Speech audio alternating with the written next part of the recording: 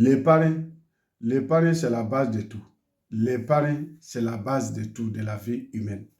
Parce que même nos arrières, nos grands-parents, quand ils faisaient l'agriculture, ils épargnent certaines parties pour pouvoir, disons une semence, un bon semence, ils sélectionnent une bonne semence, ils mettent à côté, puisque la saison, la prochaine saison, pour pouvoir s'aimer et avoir encore une bonne récolte.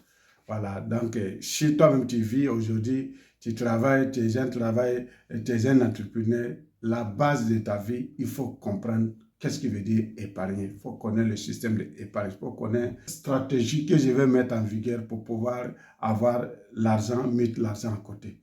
Parce que c'est la base de tout. Si tu peux, ce que je vous dis, la vidéo de notre frère que Philippe Simon est là, interrogué là, lui demander de poser des questions là, c'est très important. Certaines, c'est clair dedans, et travaillent pour se dire demain, demain, après-demain, le mois prochain, le mois prochain, le mois prochain, l'année prochaine, je vais m'organiser, je vais avoir cette somme-là pour aller investir ou bien pour investir. Après, tu vas voir que tu vas faire 5 à 10 ans sans te rendre compte avec la vie, avec le confort qu'on a. Tu te mets en confort, donc tu vas voir que le temps passe très rapidement. Or que à ta jeunesse, si tu es jeune de 18 à 19 ans, tu commences le travail. Si tu commences à épargner à l'âge de 5 ans, disons en bout de 5 ans, dans 5 ans, là, tu peux faire quelque chose. En bout de 35 ans, là, tu as déjà un patrimoine très important.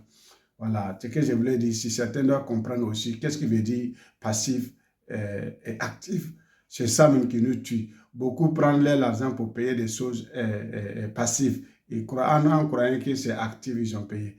Quelque chose actif, ça veut dire que tu peux payer des terrains, disons, des parcelles qui peut aujourd'hui, qui peut t'apporter un peu, parce que ça prend du valeur. Ou bien tu construis une maison, puis il y a un locataire qui t'envoie un peu de sous, 50 000, 80 000, chaque fin du mois.